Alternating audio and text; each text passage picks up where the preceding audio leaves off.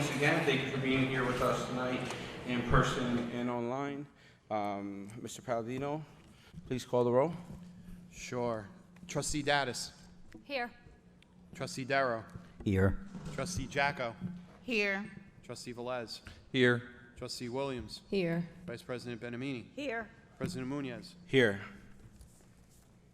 The New Jersey Open Public Meetings Law was enacted to ensure the right of the public to have advance notice of and to attend meetings of this board, except where specifically exempted by law, at which any business affecting their interests is discussed or acted upon. In accordance with the provisions of this act, the Board of Education has caused notice of this meeting to be published by having same advertised in the Belleville Times.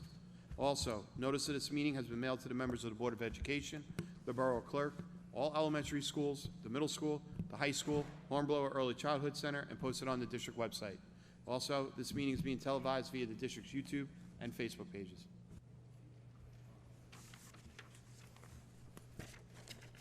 Good. We're going to move on to the approval of minutes for our April 17th meeting. Can I have a motion on that? Motion. Motion and second. Second. All in favor? Aye. Any opposed? All right, thank you very much. Okay, and we're going to move on to our student representative, Jody Velez. Good evening, everyone. In old news, the annual Mr. and Mrs. Belleville pageant was held, with Thomas DeVingo and Genesis Hodney coming out as Belleville royalty. They received a scholarship, and with their titles, they're having many opportunities with the Rubber Ducky Foundation. The last concert of the year featured a shout-out to Mr. Moriello, celebrating his last concert before his retirement, and the video featured many memories of his 32-year career at Belleville. In new news, the senior barbecue is May 23rd. During the barbecue, seniors are able to enjoy barbecue food along with fun activities on the Belleville football field during lunch periods. Spring sports are coming to a close, with many senior nights happening these past few weeks. Along with the boys tennis and boys volleyball teams, these nights were filled with memories. The class of 2024 is running this year's Battle of the Classes.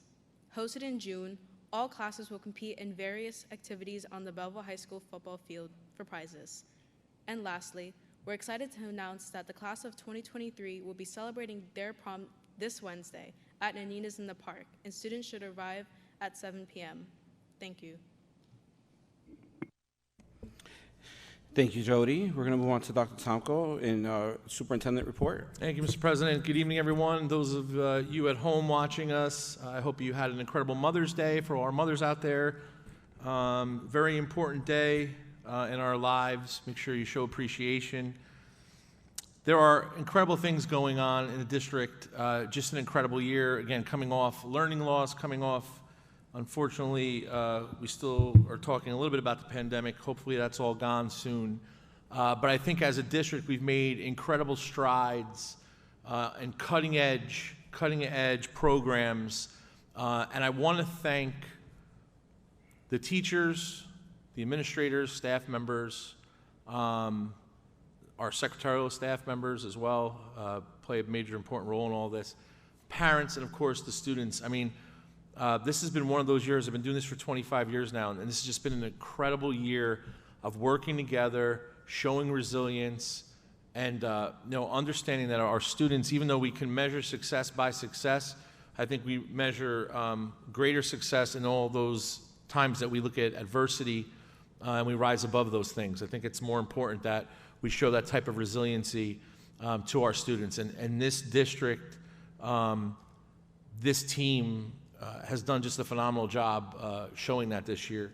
And I know that all the programs we put in, all the hard work that we've done for this community, and we're going to spotlight one of those big programs tonight with the backing of this board, who, again, works countless hours during the week back and forth, keeping us, challenging Mr. Palladino and myself to make sure that we give the best for our kids here. Again, just an incredible year. And I say that now because the next time we'll meet is, I think, a few days before graduation. So, I think it's anticlimactic to do it then because I think it's expected. So I want to talk about it now because as we're in the middle of testing, which a lot of people know how I feel about testing, and as we have our students working really hard to try to bulk up their GPAs or their grades, one last, few weeks. I think it's important that we all recognize the hard work that's happened this year. So I applaud everyone. I commend everyone in this district, and I thank all of our partners, all of our consultants, all of our program managers, everyone who's helped a student in Belleville achieve this year is, again, top of my list. So thank you very much. I had the pleasure of representing the district this week at the Ed Week, Education Week Leadership Symposium, which was just a remarkable few days of meeting with national leaders who are really pushing the envelope, really doing some incredible things in leadership and in K-12 schools across the country. A lot of these individuals I got to meet with this week, listen to, and actually panel with were individuals that 15 years ago or so we met in other academies that we were in up-and-coming superintendents throughout the country, and to see how all of us have collectively come together to talk about some real important issues with diversity, equity, inclusion, preschool, leadership, resiliency, coming back from something like the pandemic, but social-emotional learning was just an incredible week. And I don't know, I'm going to do my best to try to get some of the programs and all the things that I learned this week to our team, to our students. Just incredible things happening out there. And I'd love to jump on all of them for our kids, but I don't know if it's going to be possible. We're going to do the best we can. And I know I already texted some administrators while I was down there, and they're probably, getting sick of me texting them, so I appreciate them texting back during the workday. But I bring this up also because I want to thank the board for all their support through this week, allowing me the opportunity to go to a conference like this. Dr. D'Elia for basically, putting my name out there. I appreciate that, giving us the opportunity to shine out there. And I really think that it's something that our whole team should go to. Not our whole team, but a part of our team. Mr. Palladino's getting nervous. Our team should go out there next year to again learn from all these incredible districts and all the things that they're doing, because we can't do it all, but we can try to do all we can for our kids. So on the agenda tonight, hopefully the board will approve. I know they will because it was their idea. However, let's hope they approve a change to the district calendar. The board has chosen to recognize our teachers for Teacher Appreciation Week by making May 25th a half session or single session day, so that we can honor our teachers through a wellness activity, a nature hike, lunch. They can go have lunch with their colleagues, some kind of articulation. We're giving them some free time. So that's May 25th. So I wanted to bring that up because I think it's important, because you hear rumblings and you hear different things, and and I know some teachers were mentioning it, and I know everyone's appreciative of it. So that's not why I'm saying it, but I'm really someone in my entire life, not even career, but that has always been has always felt that people should be held accountable for their actions, or good or bad, right? And I always said, and I said it this week a few times, it's okay to say I'm wrong. It's okay to say I'm sorry. That's how we become better people sometimes. But I think it's also important for people to understand that, as a board gets together and works in committees, they only really can act as a group, as a quorum on a dais like we see tonight. But they also take a lot of hits, right? They also take a lot of hits because you don't hear the whole story, or you don't know the whole reasoning behind it. So I think now that the board has, really tasked me with finding a way to get them, and it's Mr. Muniz, I have to commend him really on this for the board, but, he said, listen, we know we appreciate teachers, we do everything we can, but, teachers, staff, what can we really do that can really show our appreciation? And this is what we came up with, because, and I'm sure Mr. Bush would agree 100%, the board cannot use public funds to, purchase gifts or any of those things for teacher appreciation. I'm not saying that other districts don't do that, but what I'm saying is you're not supposed to do that. Okay, so offering certain things that we can as community lunches or community barbecues where we involve the teachers. That's really something that we wanted to do because we know that teachers are a big part of this community. But for people to say that, we never got anything from the board or whatnot. I'm not saying it's happening, but I'm saying there's always those rumblings out there. I think it's important to understand that this board really worked hard this year to try to put something out there that was tangible, something that you could stick your teeth into, right? Because some districts give teachers a ruler because that's a device you could use in your classroom, right? Or a pencil sharpener, and I think those are appreciated too. But I think something like this, where we can tack something on for a wellness activity and then go into the Memorial Day weekend, is really a gesture on this board's part that shows that we've all been through a lot. So thank you very much. I just wanted to speak for the board on that. I appreciate it. I'll be here anyway, so it doesn't matter. But I appreciate it for our teachers and our team. And I think that a lot of times you don't get the recognition as a board for all the work you do. So thank you very much. So I wanted to put that out there. The last thing I wanted to talk very quickly about before we start some of our incredible presentations. We have a few presentations tonight.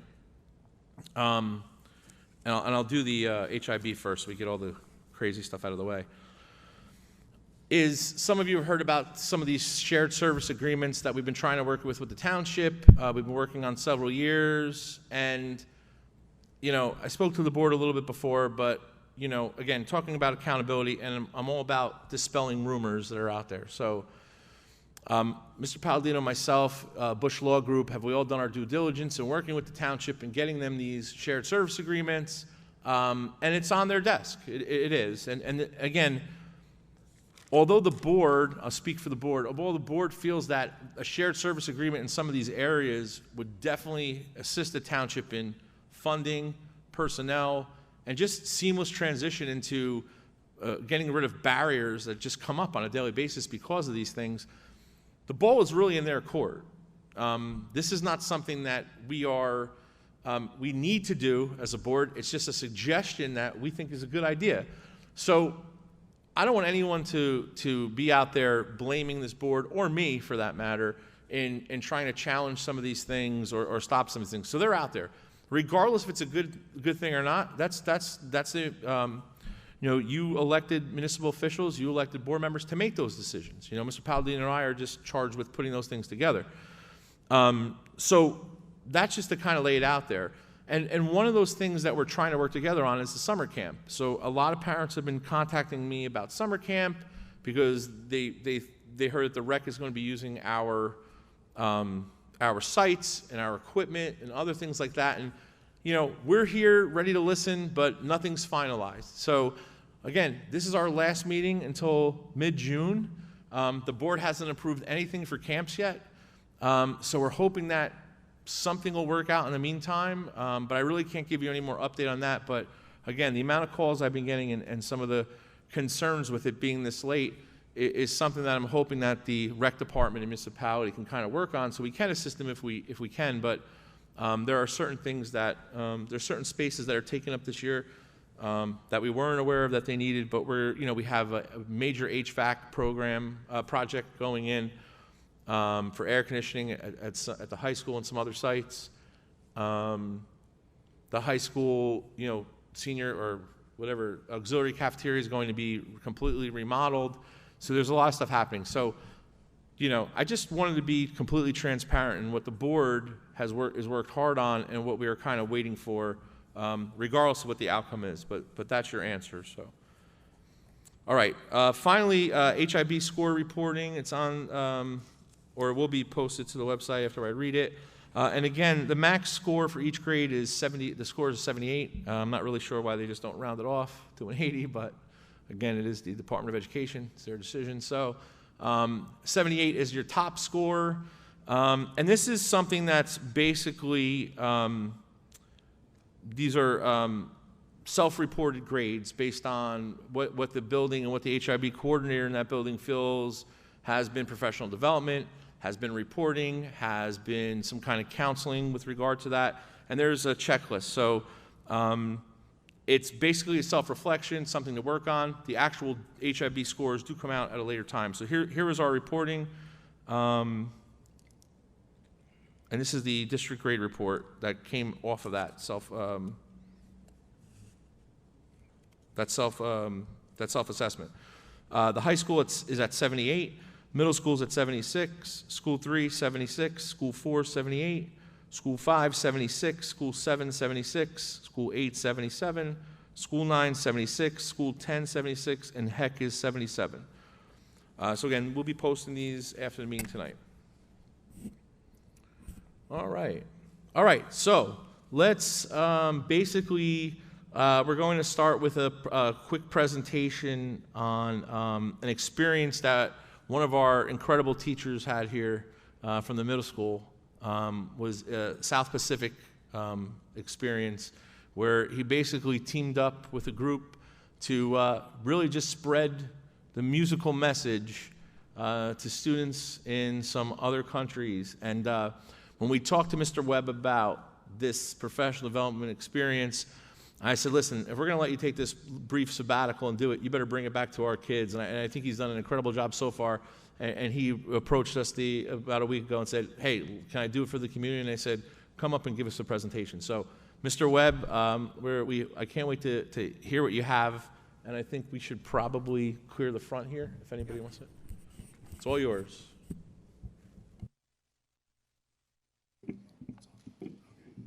All right, good evening, everyone. And first, I'd like to express my gratitude to Dr. Tomko, the Belleville School Board of Education, and all stakeholders in the community. Today, I'm excited to share an incredible professional development experience that has been both transformative and eye-opening. I feel honored to have had the opportunity to participate in this program, which has allowed me to grow both personally and professionally. I want to acknowledge Dr. Tomko and the board for their commitment to innovative professional development and for their support of the arts. Additionally, I'm grateful for the chance to enhance my skills as a professional musician.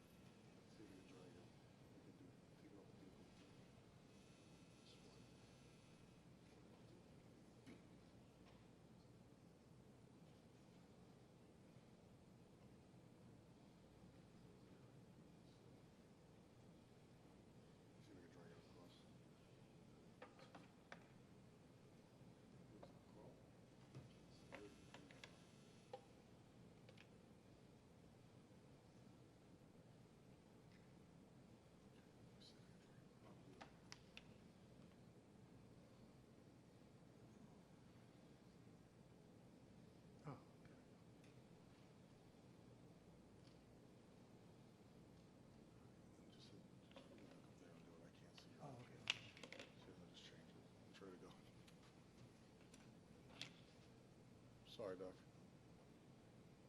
I can't see that.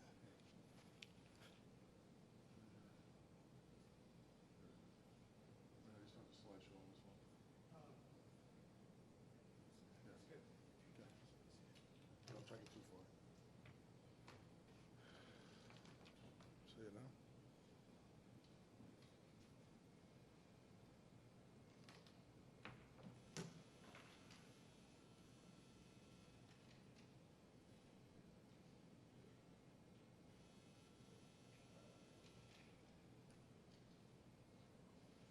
Thank you for your patience. As I share about my tour experience, I first want to take a moment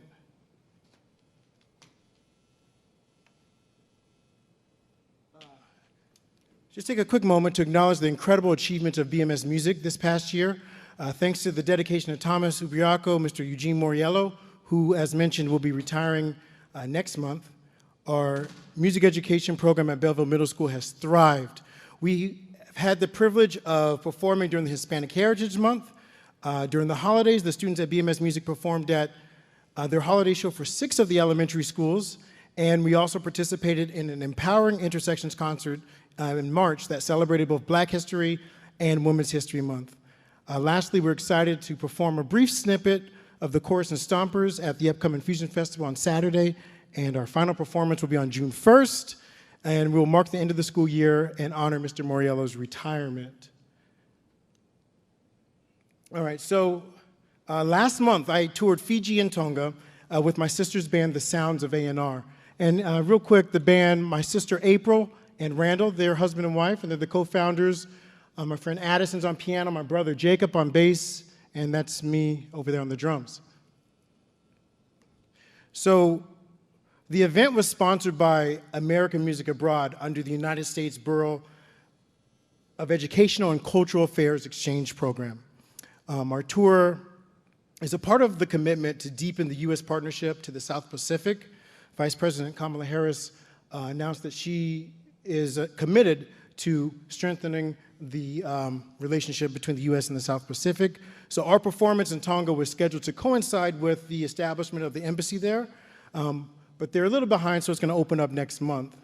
So just to give you a little bit of a background of this opportunity, approximately 400 groups applied to be a part of the American Music Abroad exchange, and only 10 were selected in the entire United States. So we were able to be one of those 10 groups and embark on a 2-week tour of Fiji and Tonga. So I just want to share just a few slides, a few clips, and actually right here, this is the origins of the U.S. cultural diplomacy. I just want to play this real quick.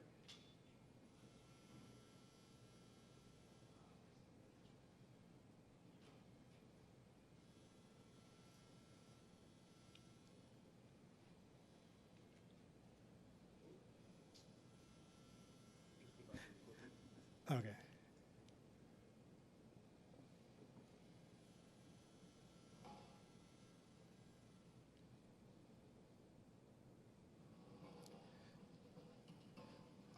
All right, so I just want to go over these points just real quick. So this started in 1956 as the United States had an opportunity to respond to the criticism from the Soviet Union regarding racial inequality and tension.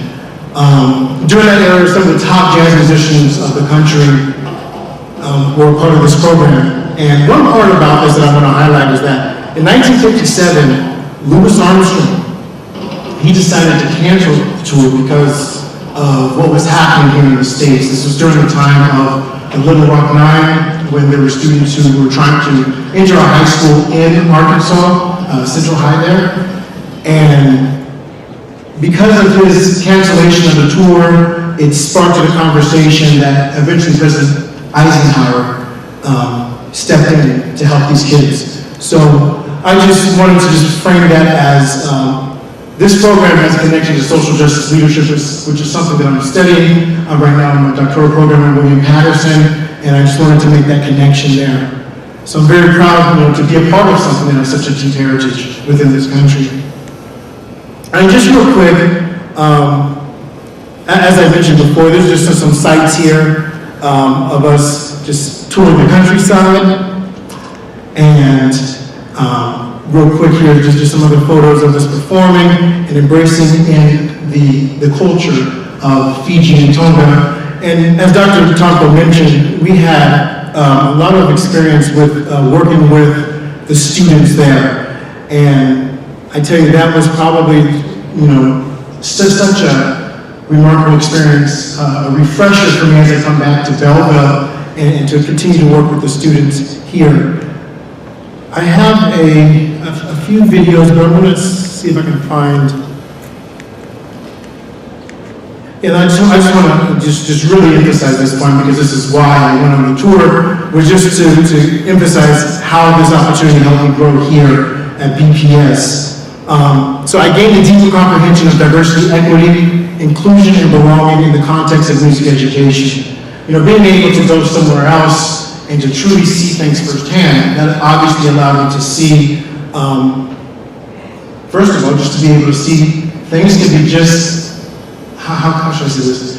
You can be somewhere else, and sometimes the mindset here is like, okay, we're here in America, and things have to be done a certain way. But you go somewhere else and you see the same thing being accomplished just in a different way. And just having that mindset of diversity, equity, and inclusion, just to be able to see it firsthand was quite important to me. Gained a fresh outlook on how to teach music. I was able to work with middle schoolers, high schoolers, and college students out in Fiji and Tonga. And there were things that I was taught from them that I am certainly bringing back to Belleville. As a performing musician, this experience has been personally valuable to me. And this opportunity provided me with valuable connections for potential and future collaborations. Hopefully in the future, I would love to be able to, even if it's a virtual exchange, be able to do something with my students at the middle school and some of the students out there in Fiji and Tonga. Let me just play one of these videos. So let's do this one. This is a song that my sister, she learned. This is the farewell song in Fiji.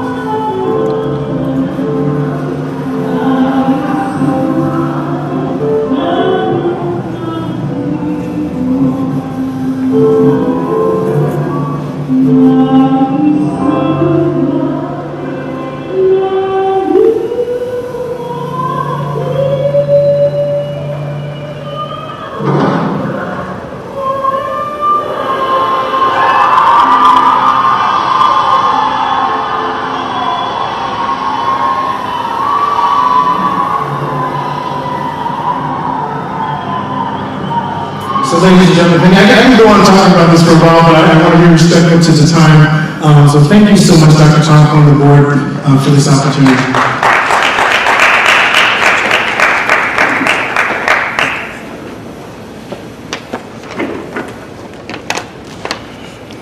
Thank you, sir.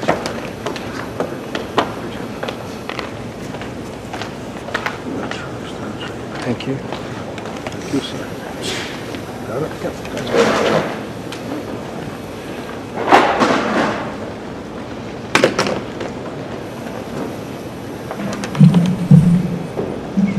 So the day that we went to hire Mr. Webb, came from a different district. We actually stole him from another district, actually.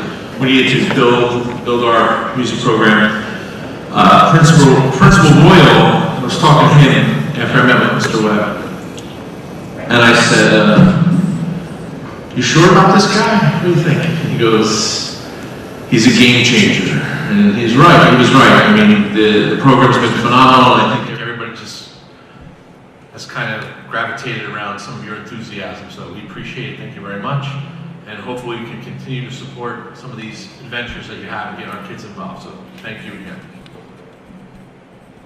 Okay, so now we are going to have a district recognition for our RTI program. And basically those of you who aren't aware of what that is, I'm sure we all are now, because I think COVID and learning loss really brought it to the forefront in many districts. But we were, prior to COVID, working on a program like this to try to get in, really in the trenches here. Then COVID came and we continued it. And I think I was just talking before, I think we're a model district for this. I think we did it the right way. We started with instructional coaches, you know, moved on to interventionists now who are going to recognize tonight. And I think the most important thing we did was to partner with just incredible people, you know, in and around districts throughout the state, basically talking about Rutgers, the Center for Effective School Practices. And tonight they're here with us to honor and celebrate the program, celebrate our interventionists. We have Dr. Blitz and Dr. Zawicki from Rutgers here. So without further ado, I'm going to call up Ms. Kuko, who's our supervisor in the area, Dr. Dalia, who's overseeing it as well, and Dr. Blitz and Zawicki from Rutgers to come up with a presentation. But we have to move again, right? Just move. I'll move my head out of the way. I'll stand on the side.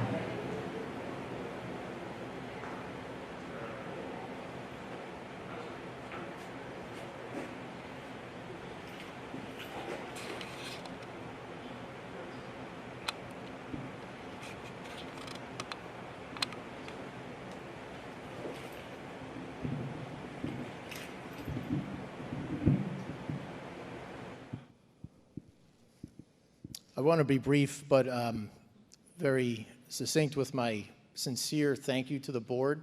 It's probably not something you hear much, but without the support of the Board of Education and a visionary leader like Dr. Tomko, programs like this don't get off the ground. And what's nice about this is I'm a Belleville guy. I grew up in Belleville, went to the Belleville public school system. I have family in Belleville that are going through the school system now, and this is a point of pride because this program specifically addresses individual needs and on an individual level. But it could not have been done without the right people and the right support. So I'm really here just to introduce what it really looks like to be partners, partnerships, and honestly a strong community around a central focus, which is addressing student need. The timing could not have been better. We planned for this 2 years ago during COVID, sent a batch of, Mr. Klein's back here, and back there, Orton Gillingham trained individuals. We supported them through that training, and the timing was perfect.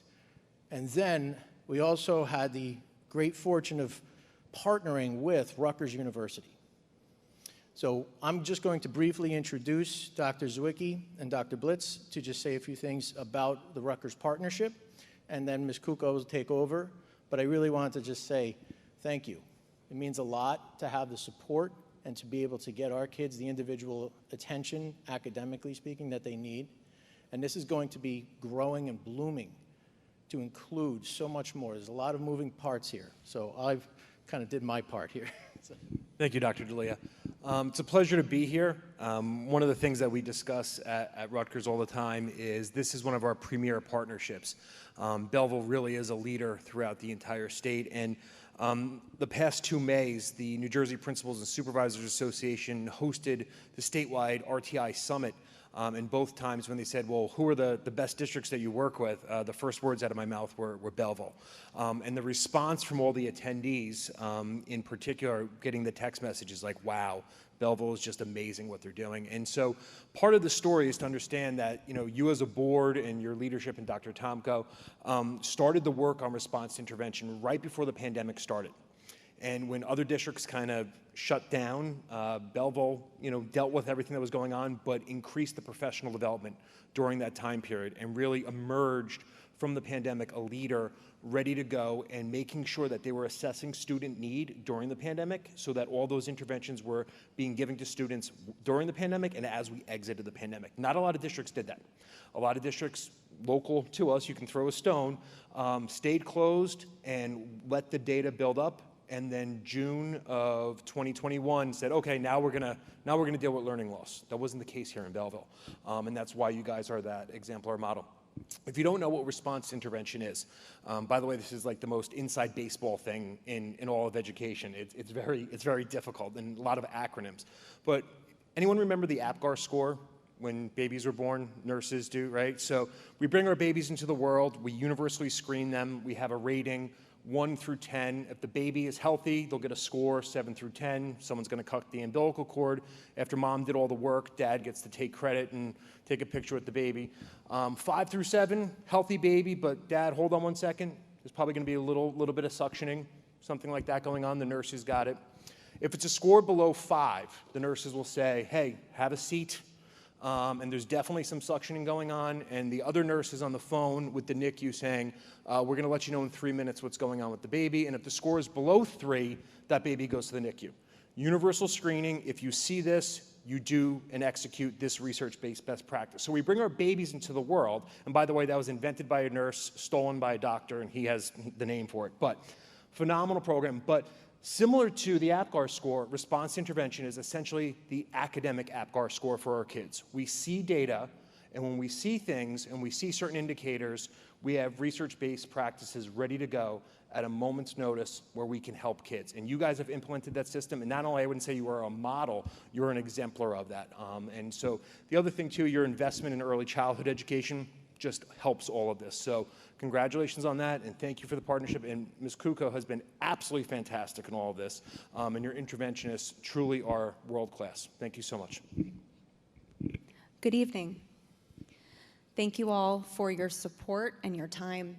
I wanted to give a very brief overview of response to intervention, and I just wanted to make a quick note that RTI might look different in other districts, but when I took the time last year as a district RTI coordinator, I really had to find what would work best for Belleville.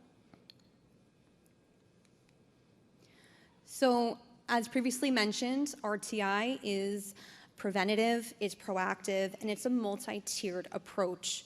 Typically, whenever you hear RTI, you see a 3-tiered pyramid. RTI is extremely data-driven. So in the past, when we had INRS, which stands for Intervention and Referral Services, it fell flat in that we weren't using data to inform our decision-making.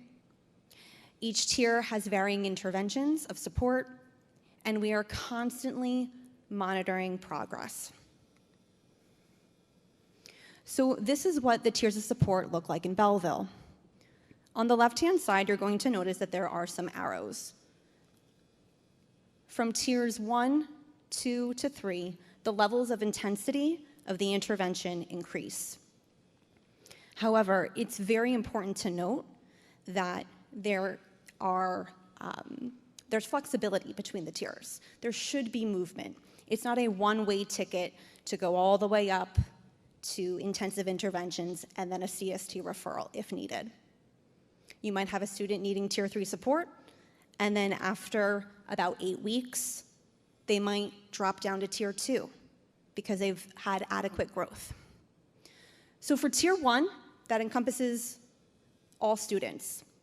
As previously mentioned, we use a universal screener 3 times a year, fall, winter, and spring.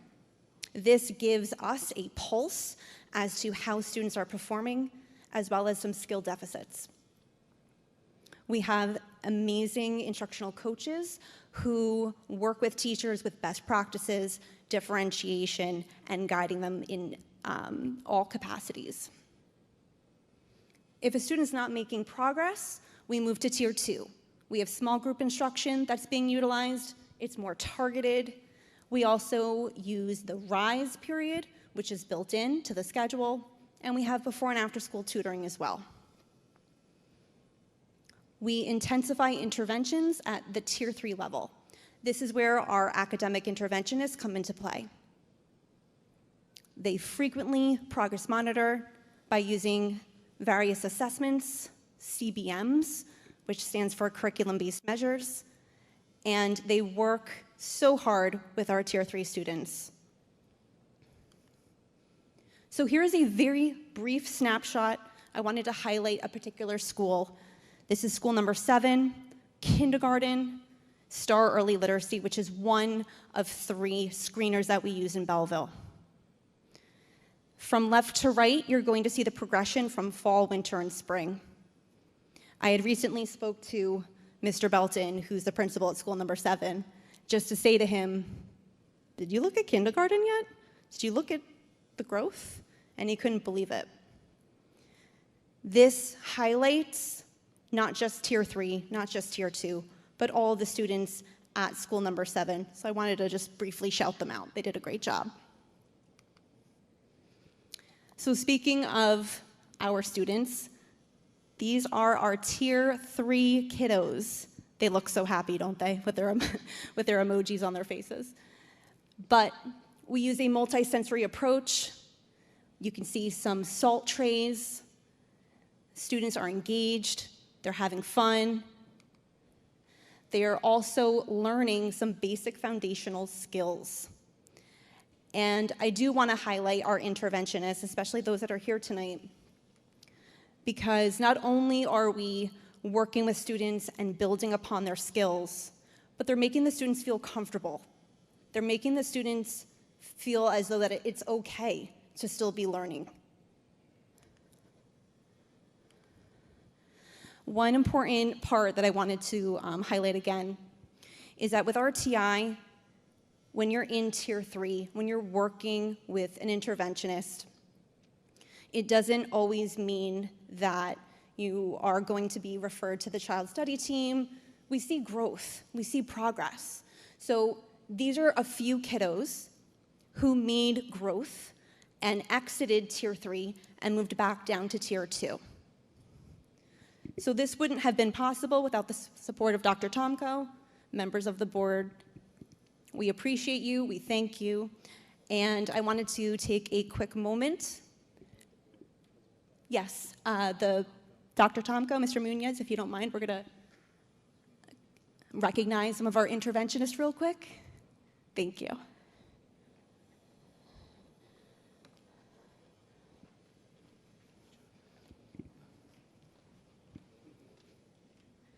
So when I call your name, you can come on down. Mrs. Kara Satora, let's give her a round of applause.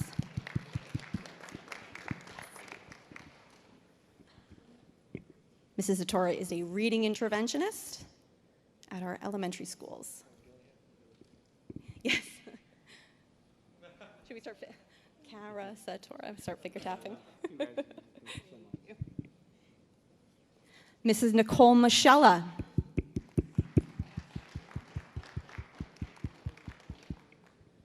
Mrs. Michella is an elementary reading interventionist. And a lot of these great pictures. Thank you. Mr. Mignon.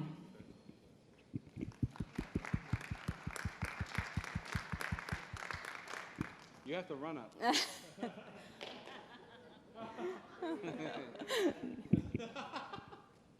Thank you. Mrs. Lewis. Mrs. Lewis is a math interventionist at our elementary schools. This one. Sorry. No, you're good. This one. Miss Lewis. Hi, Miss Lewis. Thank you. We know you very well. Miss Carino, one of our math interventionists at our elementary schools.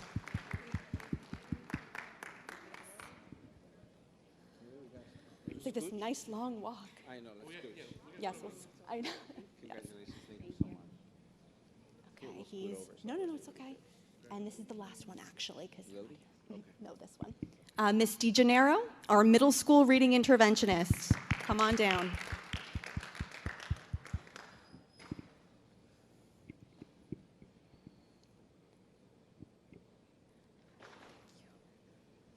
Thank you, Karen, thank you. Some of our other interventionists couldn't be here today, but we'll scooch on over. Let's give them all a great big round of applause.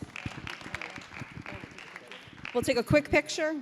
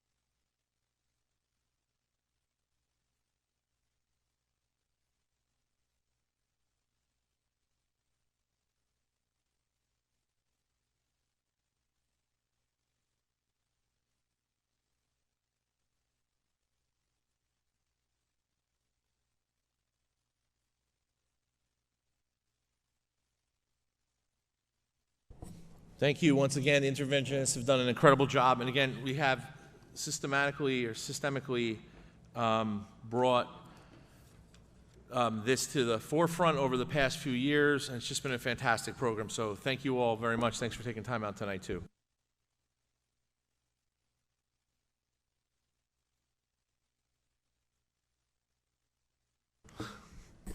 All right. Also, before I move on, as you know, every month we recognize in our building Students of the Month, so there's a list here. We're very proud of what they do, and I appreciate the teachers, giving accolades to those students that go above and beyond. And progress. Thank you very much. Back to you, Mr. Muniz. Thank you very much. That was a great presentation. Thank you all for everything that you do. We really are grateful. Do we have a report from Mr. Egan? Thank you very much. Thank you, Mr. Munoz. Just to let you know, Mr. Egan's watching via the district's YouTube channel. He was in the district today, as he is every day. Met with the superintendent and myself for a couple hours this morning. Mr. Egan certifies that there's sufficient funds in the 22-23 budget to get the district through June 30th, 2023, as that is confirmed with the approval of the district's treasurer's report for the month ending of April 30th, 2023 on this evening's agenda. Mr. Egan, Dr. Tomko and I reviewed the agenda. Mr. Egan supports all of the superintendent's recommendations pertaining to personnel, purchasing, and finance. And then lastly, Mr. Egan's pleased with the continued progress made by the Board of Education trustees and the administration to continue moving the district forward for the betterment of the students in the community of Belleville. Thank you, Mr. Palladino. We're going to just walk through a couple of items. We have our item 6. Some open requests, no business to be handled there. Item 7, litigation costs, just some costs to highlight for the community so they're aware of. Item number 8 will put us on to remarks by citizens. May I have a motion, please? Motion. And a second? Second. All in favor?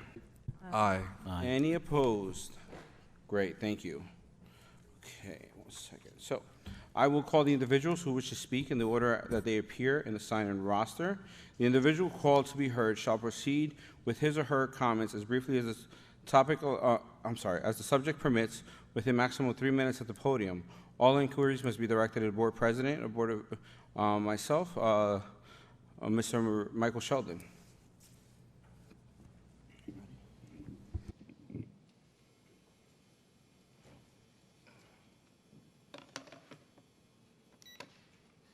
Good evening, Michael Sheldon, 47 Floyd Street. I have a number of agenda items that I would like to ask questions about, so let me just quickly run through the list, starting with 12.52. This is another contract with Environmental Logic for $8,500. 2 months ago, I asked about that particular contract for $17,680.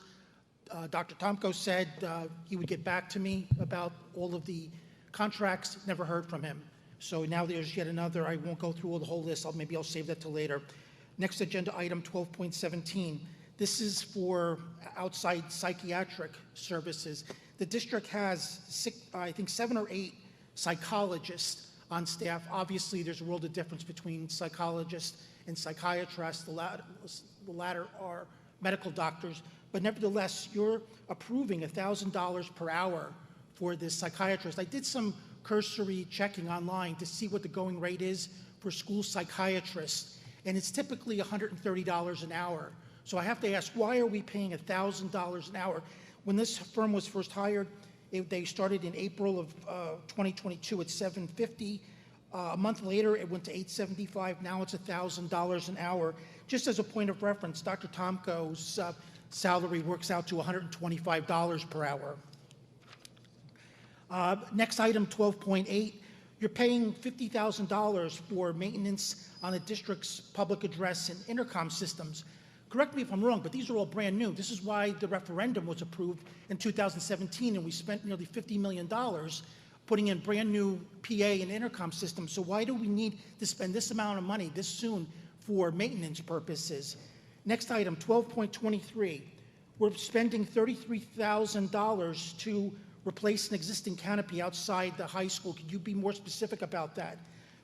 12.28, building management services at 3, 4, and 7 for over $11,000. Could you clarify what that's about, why we're not doing that internally? 12.69, $12,500 for kitchen equipment at Hornblower. Is that for the children, or is that kitchen equipment for staff? Could you please clarify that? 12.73, you're approving another lease at the Cortland facility, the athletic training facility, for 2,250 square feet, $12,800 a month. That's almost $13,000 a month. Compared to what you're paying for Mr. Mellum's building on Union Avenue, you're paying him $3,000 a month for roughly the same amount of space. This seems an exorbitant amount of payments for a relatively small amount of space. 12.75, you're hiring another architectural firm to do a district-wide facilities evaluation for $89,000. Back in 2015-16, we had Dakar Rubino here to do the same sort of evaluation, which 2 years later precipitated the referendum. So are you gearing up for another referendum project? And lastly, the last thing I wanted to ask here, actually two more, 12.90, the Savasi Learning Company. As people may not know, Savasi is now the new name for Pearson. Could you please clarify why you're spending $1.1 million when in June of 2022, for the same company, the same program, you entered into a 5-year agreement for $507,000 for the same Envision math program? So there seems to be a duplicity If you could just wrap up your point. Yeah, please. I'm almost done. I know there's a big waiting list here tonight, obviously, and I know the board policy that's in place never gets followed, which again clearly says that only if there's more than 45 minutes of anticipated public speaking will the 3-minute rule be imposed. So those are my agenda questions. I have a lot more to say during the second public session, but if I could Thank get you. some answer to these questions, I'd appreciate it. Thank you.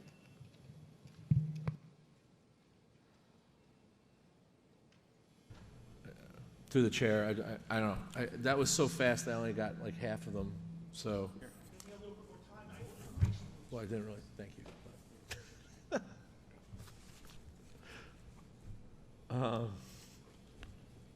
All right, let's see what we can do here, Mr. Sheldon. No, that's okay. You could have sent them to me before time if you really wanted the answers, but to go over the contracts you were talking about, I apologize. I don't remember you asking me for every contract last meeting, but I guess I can do that if you'd like, but I don't recall that. Yeah, Environmental Logic is an ongoing contract with regard to environmental testing down at the middle school.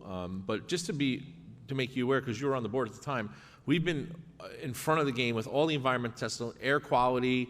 We did lead testing and water before lead testing was prominent in New Jersey. So we make sure everybody here is safe with all that. So, but this is part of that ongoing thing for environmental services with regard to the new site on Washington Avenue. So, all right, so let's go through some of this real quick that I can answer. 1252, I think that is, some of the numbers are off too, but that's okay. So that's the environmental one. Intercoms need maintenance every year. It's a maintenance service project. There's 10 sites with intercoms. So that's the standard. Yeah, it doesn't mean it's the not to exceed order. So that's just a regular maintenance fee. The canopy at the high school has to be replaced. It's an old canopy. It's what the, so we have an outside freezer. So it needs a canopy. So when we get supplies from outside, that canopy is probably there since the freezer was put there, and the freezer was there way before I was there. So that's going to be that replacement there. 12, I missed one. 1269 is the kitchen equipment. 1217. Oh, Platt Psychiatric Associates. This is the rate for Dr. Platt. Dr. Platt has been doing all our psychiatric work. She's certified in what we need in the schools. She also is used for employees. This is I don't know who you've been researching, but there's been nobody different than her since I've been here. But we can definitely look into that. I could speak to Mr. Klein about that. I just made you a doctor almost. You hear that? Right. Congratulations. 1272. Oh, you were jumping around, so I'm just trying to go back and forth. 1269, the kitchen equipment for downstairs. Kitchen equipment for downstairs, well, 1269 is educational services agreement. 1268, purchase for kitchen equipment at Hornblower. So the board leased out the former Peruvian chicken restaurant that was there. I don't think it was Peruvian chicken, but that's what I used to eat there. So just Peruvian restaurant. That's going to be part of our culinary academy, and as well as our cafeteria area and satellite kitchen for some of the elementary schools, including HEC. So that movie's coming out of food service. 1274 is the new architect is for long-range facilities upgrade, but you did hit it on the head. The word referendum, but yeah, we've showed you some growth here, so we're going to come out with some plans for this board because I think in 10 years we're not going to have any room left. So regardless of who's on the board or who's in this superintendent seat or who's teaching here, everybody needs to be aware that we're expecting, several hundred new students in 10 years. No clue where we're going to put them, so I think it's something we definitely need to talk about. And Savvis Learning, it's Envision. We're our teachers, our committees, we're very happy with Envision. It's actually turned the corner a little bit. I wasn't too happy with Envision a few years ago, made some changes, basically because they weren't talking about the relationship between word problems and issues with reading versus word problems, but I think they've made a big jump to tackle that, so that's it. I believe the contract you're talking about that was done several months ago was for either a different program, but I'm not sure, so don't quote me on that, but I'll have Ms. Shanklin research that for me, and I'll have her actually contact you directly with that answer, because she would probably have more information than I would. Did I miss anything? Which one? Oh, Cortland Lease, thank you. So what I think you were reading there, which is 12, well, it moved up because you. 1272 it's an amendment. The board had the ability now to they approved the lease several months ago for the Academic Success Center, which we've all talked about, which is at the front end of the Cortland Avenue property, which is basically on Bella Vista Avenue. That's where that opening is going to be. We now have the ability to lease out, with the board's approval tonight, lease out the other section of that side, which is on the Cortland side, where we're now going to add an ELL or ESL Welcome Center. We're going to have registration there, and we're also going to do some things with some more professional development with teachers, a professional development area. Tutoring, etc. We also talked about adding a night component to college readiness, meaning that we are going to look at putting part-time workers or a consultant that works for the board in there to help parents with FAFSA, college, the road to college pathways, etc. So all that's through title money. So the board tonight is going to be hopefully amending that to an additional 2,250 square feet so that the total monthly fee is at $12,800. So altogether, I probably should have read the total, yeah, all title money, but I think it should have probably read that was like 5,000 square feet or a little bit more. So this is just an amendment to that. So it's not per square foot there. So that's that answer. And now that I'm thinking about it, the Savvis thing you were talking about is for Envision Math grades 7 through 12, but I'll have Ms. Shanklin double check that for me. But that's it. Thank you for your questions. Okay, thank you for your responses. Can I have a motion to close remarks by citizens? Motion. And may I have a second? Second. All in favor? Aye. Any opposed? Okay, we're going to move on to personnel, items 9.1 to 9.45. May I have a motion? Motion. And may I have a second? Second. Okay, any discussions? Hearing none, Mr. Palladino, please call the roll. Trustee Dattis. Yes. Trustee Dara. Yes. Trustee Jacko. Yes. Trustee Velez. Yes. Trustee Williams. Yes. Vice President Benamini. Yes. President Munoz. Yes. Moving on to curriculum and instruction, may I have a motion on 10-1 to 10-5, please? Motion. May I have a second? I'll second it. Is there any discussion? Hearing none, Mr. Palladino, please call the roll. Trustee Dattis. Yes. Trustee Darrow. Yes. Trustee Jacko. Yes. Trustee Velez. Yes. Trustee Williams. Yes. Vice President Benamini. Yes. President Munoz. Yes. We're going to move on to board action and board policy. I have a motion on 11-1 to 11-19, please. Motion? Motion. May I have a motion? Motion. May I have a second? Second. Awesome. Is there any discussion? Yes, just clarification piece for me. Okay. Just on 11-17, and I'm just curious of this one because I didn't really ask this as a board member before. I noticed some of the dates are actually past tense, right? So we're getting this, but at this point to approve them, but they're already dates that have passed. Is that something that normally happens, or something that should be pre-looked at? I'm sorry, it says 11-17, so, right? So Yes. some of the April and early May dates have already passed by the time we get to this meeting. I just wanted to get clarification on that. Okay. Yeah, so the board sets policy on facilities usage, so this is just perfunctory, basically, that you're, sort of like confirming some of those uses, et cetera. So the board policy basically sets the rate, who's allowed to use it. All we really do is try to schedule in between, so that it's, so your policy already sets the approval, because you can't really say no to individuals. I don't know, Mr. Bush wants to kind of. Sorry, it's documentation that this occurred. It's done often retroactively. There's certain types of items that can't be done retroactively. This is not one of them.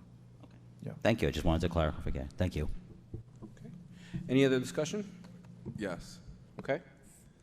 For 11.19, I think this is an amazing opportunity. I think this is a really great position for our school district to be in, to have the chance to host such an amazing event. And I really, really look forward if this board approves that. So thank you so much. Thank you. Any further discussion? Yes, Mr. President. Yes. I know we discussed 11-1. I love the idea of that. I just would like to discuss further possibly changing the name. The name isn't sitting well with me, so maybe we can second discuss that. It's a great idea. Any other discussion? Okay, hearing none, Mr. Palladino, please call the roll. Sure. Trustee Dattis. Yes. Trustee Darrow. Yes. Trustee Jacko. Yes, to all, take no part, 11.2. 11.2. Two. Yeah, 11.2. Trustee Velez. Yes. Trustee Williams. Yes. Vice President Benamini. Yes. President Munoz. Yes. We're going to move on to purchasing and business services. Pretty big item here. So we have 12-1 to 12-111. May I have a motion? No? Motion. Okay. And then have a second? I'll second that. Okay. Is there any discussion on any of these? Yes, Mr. President. Yes. I'm looking at 12-9-2. 12-9-2. The virtual tutoring. Yes. Is there any way we could possibly discuss, rather than doing this virtually and putting the children in front of computers for even longer, maybe we could bring the tutoring into the schools? Ms. Dattis, I'm sorry, can you clarify? I don't understand the question, I'm sorry. So 12-9-2. Right. I don't like the idea that it's virtual. I'm wondering if we could, rather than doing something like this and putting all that money into something virtually, we could bring the children back into the schools. So we provide tutoring in the schools. This is not part of that Title I tutoring that we're doing now. This is an actual virtual component that hooks up with Schoology and Power School, or through Schoology and Power School. And also part of that Academic Success Academy, Academic Success Center that we're doing. so that students can go, and when you're on the computer, you actually have a virtual, it's a real person, but you're tutoring somebody with somebody virtually. So if you're at home, for example, and it's 11 o'clock at night, and your child's having a hard time with math, let's say, and they're trying to finish an assignment, you can go right on this site and somebody will come on and help you with that. So that's what this program is. So it's not, we are putting more hours into the face-to-face tutoring, so that's still going to happen. So this is more of a reinforcement for parents at home and for students and stuff like that. So that's what this program is. Is there any further discussions? Yes. Okay. On 12.74, just for the public's edification, when was the last time that there was a district-wide facilities evaluation? The last time that so there are updates to the long-range facilities plan. Every time we lease something, or you have to do updates to the plan. However, with COVID, there's been a delay in that. So that's the kind of the caveat. However, I think what you're talking about, Mr. Velez, is like a full thing. And that was, Mr. Sheldon was correct. That was prior to the referendum. It was before I got here. So I'm going to say 2014, 2013. It was a very thorough, comprehensive, end-of-life systems kind of thing. We did have a stakeholder group when I first got here. There were several individuals from the community that were on it too, and we went through the whole report. But that was the last time a comprehensive study was done. So it's definitely something we need to do now, moving forward. And I think what you're going to see in this report is more about some of the plans that we have, just kind of like back of the envelope sketches of extensions to certain buildings where we can add some room. So. Thank you. Ms. Jackal? Yes, Mr. President, thank you. I ask and I request of you, Mr.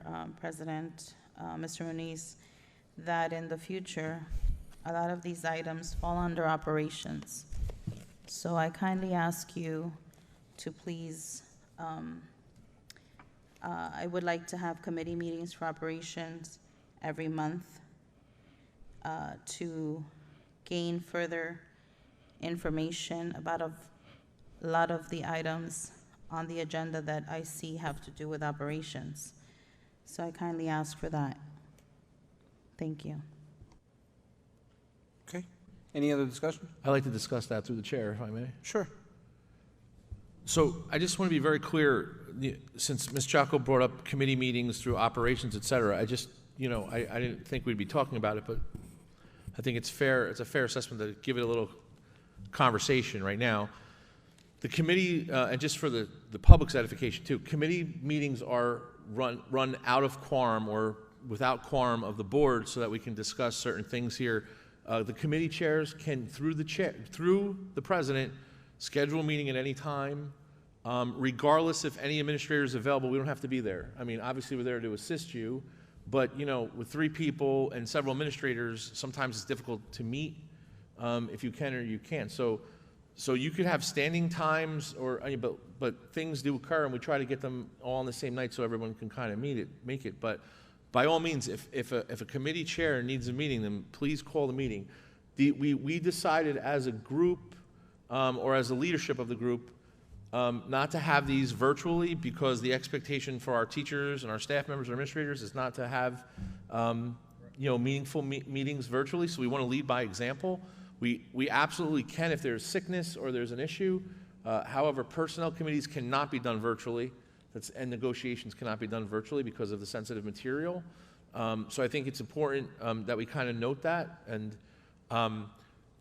several of these items that are, again, these are posted to the board on Thursday. These are all available on Thursday. So if you have any questions, I know several board members ask us questions over the weekend. So we could obviously answer these if you don't have a committee meeting as well.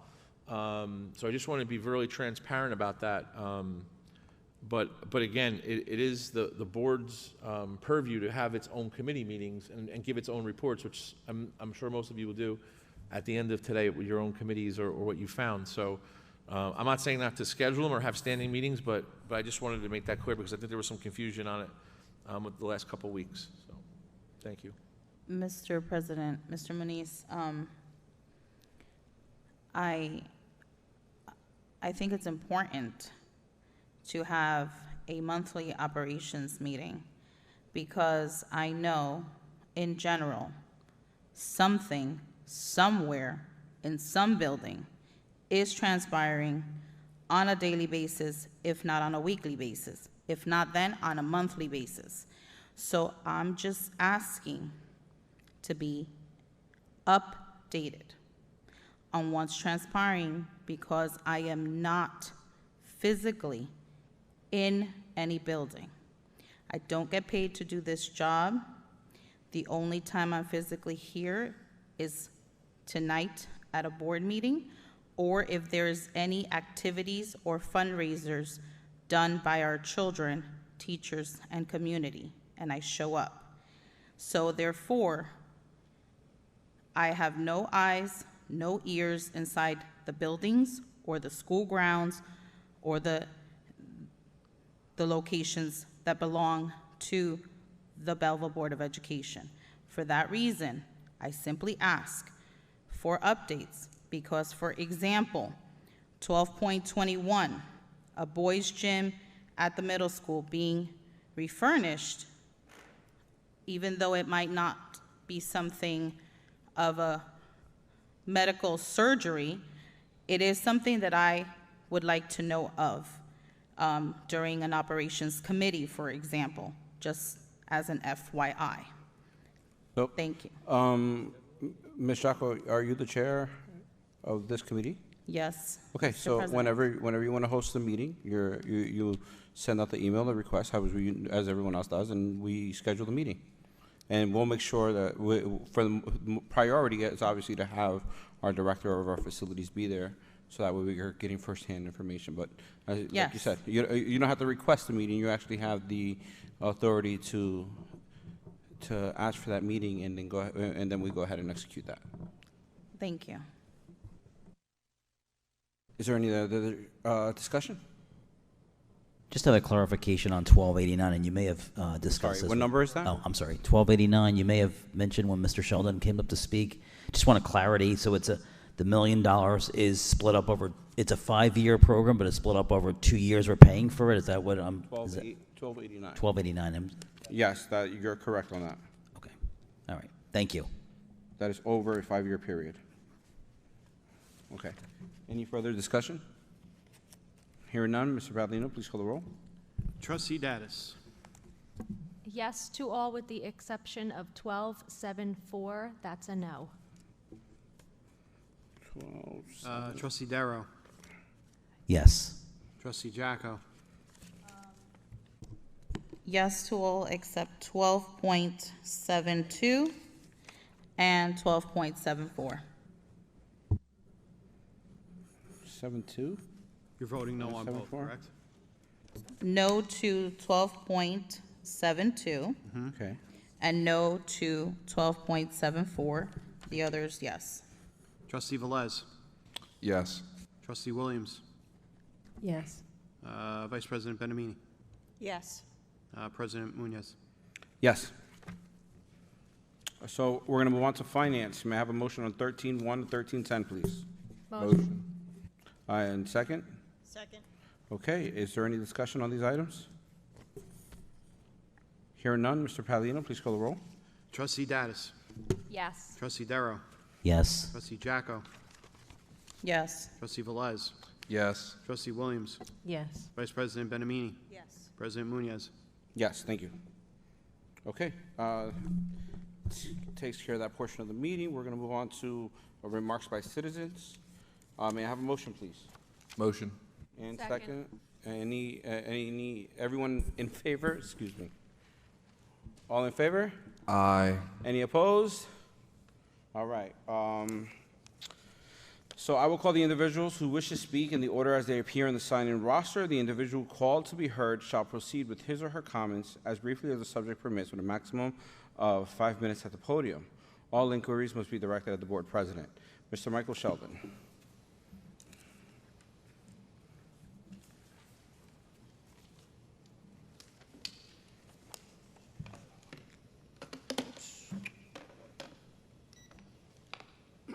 Good evening again, Michael Sheldon, 47 Floyd Street.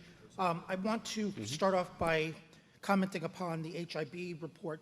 The one that was given last year, according to board docs, was never posted. So if you look at board docs, there's a reference to you, Dr. Tomko, giving the report, but the actual report's not there.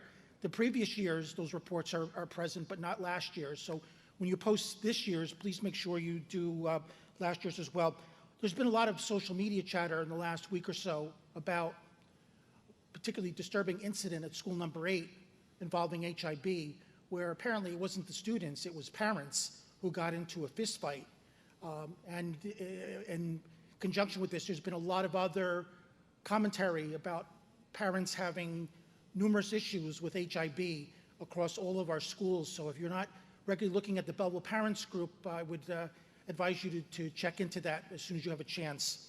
I want to thank Mr. Palladino and the rest of the board for finally automatically now making the treasurer, secretaries, and transfer reports available without having to submit OPA requests. I've been asking for this to be done for the last few years, and at long last, whatever flags are necessary to make those documents public domain have been clicked off in the background for board docs. I hope that continues for the end of time.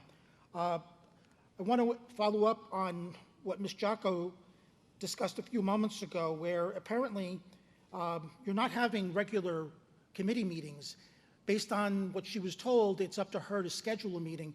Now, when I was on the board, both in 2018 and 2019, committee meetings were regularly scheduled.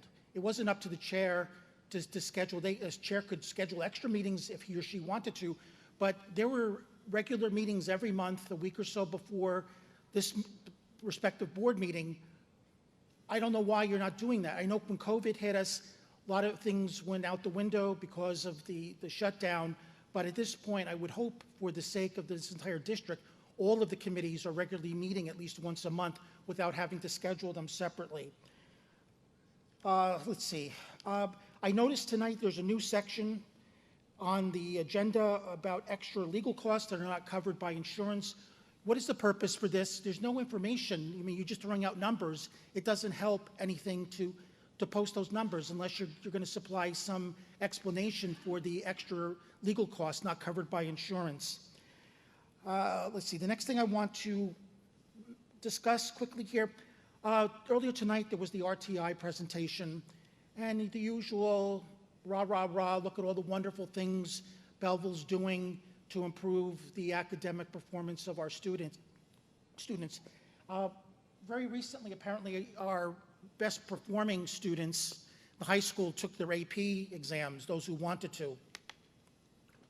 So I've been meaning to look into this in more detail for quite some time, but I did go to the DOE's school performance website, and I looked into how our students, those who decide to take AP exams, how they've been faring in the last couple years with those exams. And I was shocked to find that for the last 2 years, reported years, 2020 to 21 and 2021-22, the passing rate for AP exams for Belleville students, 0%. Now, I assume that's not a data error. The state itself is gathering that information. But if this is true, if there isn't some error here, this is a scathing indictment. These are our most capable students. These are the kids that are college-bound, future leaders. Hopefully, you know, future doctors, lawyers, engineers, scientists, entrepreneurs. We have a 0% passing rate for the AP exam. So, you know, what's the explanation here? We're spending, this district is spending millions and millions of dollars every year on new staff, on new equipment, new books, new technologies. Is there any evidence that any of this is having the desired effect? Recently, you gave the Start Strong performance, and if I remember correctly here, what it indicated that only 4% of our students district-wide are deemed to be proficient in Algebra 1. Just 4% in Algebra 1. Algebra 1 is one tick above basic arithmetic. How are we ever going to have an exemplary district if data like this remains unchanged? My time is up. I'd love to have a further discussion about this with you guys, but obviously you don't really want to hear too much from me. Through the chair. So thank you for your time. I think I've said several meetings now. Set up an appointment. You could sit and talk with me about the scores. You keep saying, I'd like to have a further discussion. When you were on the board, we talked about math all the time. You sat down and even talked about personnel and where they were in math. You talked about realigning the curriculum, or we had this conversation. You actually made the statement, if the math scores don't go up by the time my 3 years are up, I'll leave the board, I'll never run again. That's what you said. So you were part of all that, so you know all the issues. The thing that upsets me about our kids, our family members, our teachers that go in day out is you constantly pick on the negative things. But that's fine, because you were part of the positive things too. And I've always said I've respected you for a lot of the things that you've helped us implement here when you were on the board, but you seem to forget those when you bring it up. And I've always tried to highlight the good things that we do here, because the numbers you talk about never talk about the hurdles that we have or some of our students have other than other towns don't. So for example, we talk to board members all the time, especially Mr. Velez, not to call Mr. Velez out, but constantly talks about the AP program, wants to add AP classes, because if you know anything about the rankings, which I'm sure you do, just not by reading the website, you know that most of those scores are just senior reported scores, not the junior reported scores. I know you know that. But regardless of that, when you read a website, you got to scrub the data and look a little deeper and see what's happening. Those reports are what? Scores of 4 and 5, scores of 3, 4, and 5. I don't know what report you're reading. So there's a whole bunch of different things happening. Also, districts are base their AP on the number of kids who take the number of courses and the amount of scores that they get per those courses. Do you know that there's districts that kids take their AP courses on their own and their parents go and register themselves? There's kids that take 15 AP courses and never took an AP class. Did you know that? So you don't understand that. But when you look at different district scores versus ours, you have to understand some of that data. But again, this is, I think, the third time I've invited you to my office so we can have a conversation. So the invite's out there again. But let me answer some of your other questions, because I think it's important to talk about. The new section for the legal costs, the board, we talked about this. It took us a little while to kind of formulate it, because we wanted to make sure it was transparent. And, you know, obviously everything that we do, we want to make sure that certain people don't think we're, you know, going after anybody. But this is basically, again, talking about legal reserve. Every year, individuals come up during budget workshops and say, too much legal reserve, cut this, cut that. Okay, it's the easiest place to cut, but here you go. These are just costs this year that were not budgeted for, were not expected. These are costs not covered by insurance because of lawsuits, claims of injuries, frivolous things, in my opinion. Again, just things that are occurring throughout the district. So we feel, as an administration or central administration, and I think the board feels the same way, that the taxpayer deserves to see how much they're spending when it comes to legal reserve, and we're not just putting it out there to hide money like everybody thinks is happening. I shouldn't say everybody. A few people think is happening. So I think that's an important thing on there. I think you'd agree, Mr. Sheldon, because you want us to be transparent in the money. So let's go to the fight outside of School 8. We, as a district, and specifically the administration, School 8 security, cannot and will not be held responsible for the actions of grown adults outside of school property. Absolutely not. So to even intimate that this has to do with bullying, whether it did or not, and it spewed out into the streets because two adults couldn't handle themselves properly, has nothing to do with this district. So that's a conversation that you should have at the council meeting when the chief is there, and you can talk to him about what's happening outside of school, because that happened on a street outside the school, but not on school property. So that has nothing to do with HIB, and I take exception to the fact that you would even parallel that with our HIB self-assessment scores. Paralleled it. You paralleled it. It's not fair. It's not fair to all the workers in School 8 that are outside every day, making sure kids are safe, making sure kids aren't getting run over by vehicles, making sure no one's abducted or any of that stuff, and you're going to come here and attach our HIB scores or promulgated by two adults fist-fighting in a street. I take exception to that. So let me finish. You asked the questions. Let me finish. So you had your 5 minutes. Again, these are adults. And you know, talking about all the passing rates and all those things that you keep talking about, I do appreciate you bringing that up because it does keep everybody grounded. And it keeps you here every week, or I'm sorry, every month, showing everyone of the black eye in the district. And if you're trying to say that it's my fault, of course it's my fault, right? Because I'm the person that is in charge and in trouble for everything. Not an issue. It's not an issue. I have no problem doing that. But putting all that aside, you know, I have 4 children of my own, which I'm sure you know or everybody knows, and each one of them learns differently.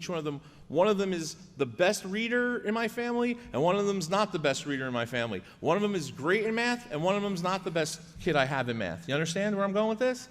So to say that you're going to take an entire group of students here, some who get scholarships to Harvard, and some who have to work to help support their family, right, and don't get to see their parents maybe because they have to go to work right after here. Maybe you don't understand that, all right? But to put all those in one number is really, really disproportionate to this district and all the stuff that this board, including yourself, have put in place to make sure all these kids are successful. That's why this RTI is important. That's why you need to see individual growth of every kid, right? Where if a kid starts and gets a pre-test out of 20%, and then by the end of the year is now at 40%, that's incredible growth.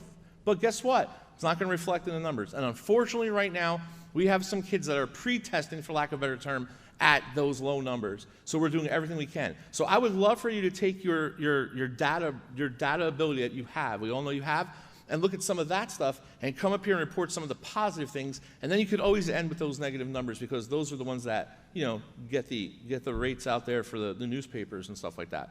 That's the important thing. And again, we could talk about what's put out there, we could talk about what's printed, we could talk about what's on social media, but I know what our teachers are doing in classes, I know what our interventionists are doing, I know what our administrators are doing, and we're making a difference every day. And that's the stuff that you don't say, and that's the stuff that I need to say to make sure that everybody's aware of what's happening here, and we're not just sitting on our heels doing nothing about it. So again, are we spending a lot of money on these programs? Yeah, that's what they are. They're tools. They're tools that they're budgeted for. And I appreciate this board, you know, questioning me on it.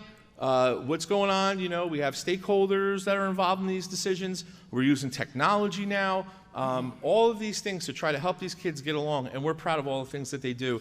Our graduation rate is rising. Nobody mentions that. You know, again, our growth rates are rising. Nobody's mentioning that. So those are things that we have to talk about. Would we love to get higher AP scores? Of course we would. But again, some of those things take time. Some of those things take different personnel in different positions to make sure that we're getting the right curriculum. We just talked with another college today to partner with them about bringing visiting professors in here to teach for our academy students. So there's a lot of things that are happening that we don't seem to talk about, and that's my fault that we have to get more of that out there. So I digress, but those are some of the things that are important to talk about in May, as we spent the whole time now of this school year getting kids ready and making kids improve, and we're still talking about last year's scores. So those are your answers that I have for you. But again, I do offer, again, come and meet with you, and we could talk about all your ideas of how to get the test scores up. I've never said no to that, so. I will take you up on that offer, but I still am going to hold you to your word. The very first You could bring speech- lunch. I'll pay for it. You bring it. But I still hold you to your word. The very first speech you gave. Yeah, trigonometry. About how you wanted We the talk majority about of it our all the students time. proficient in trigonometry. We You talk about it also- all the time. Mr. Lipo and I were talking about it today.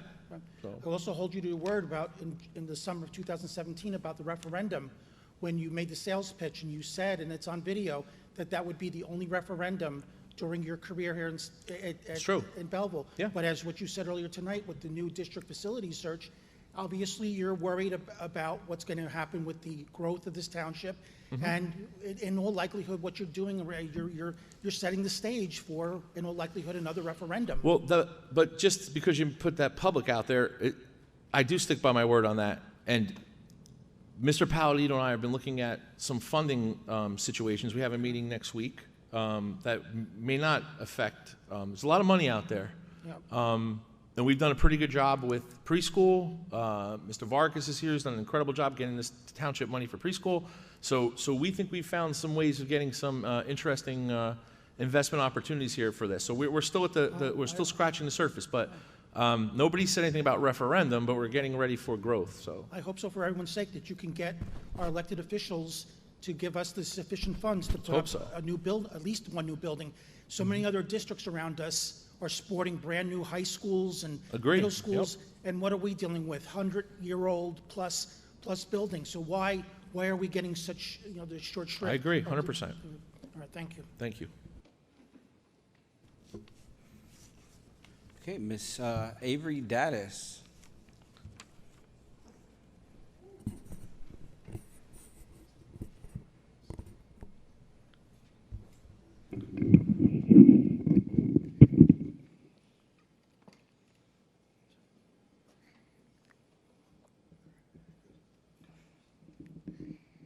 Hi, my name is Avery Daddis from School 10, and I came to talk about school uniforms for me, Amber, Gianna, and some more kids in my class.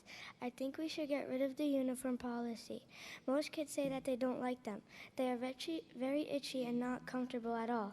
Schools in most towns don't wear them. We don't want to either. They are boring and don't look nice. We should have the freedom to not wear them. We want to express ourselves. Kids complain a lot about uniforms to their parents, and parents are tired of hearing about it. We have to make a change to this. Thank you. Great job, Avery. Thank you. Yes, please. To the chair. Thank you, Ms. Daddis. I have to say that this board has been talking about this now for several years, and you are probably the first student to get up and eloquently discuss that, so I'm very proud of you. Another round of applause. I would also like to mention that Ms. Daddis has contacted me on several occasions via email about this, and again, very eloquently put her concerns to me. So this isn't the first time she brought it up, but I am extremely proud of you that you got up here in public and did that. It's very difficult to do so. So very excellent job, and I promise you I will speak with the board about your concerns. So thank you very much.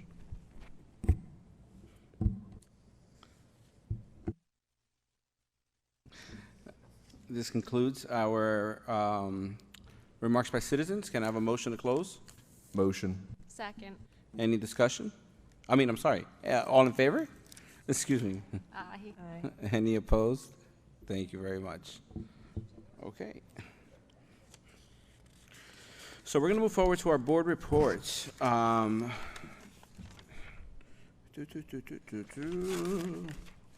yes, we're going to move forward with our board reports. Let's take it from the corner over there, Mr. Trustee Velez. Thank you, Mr. President.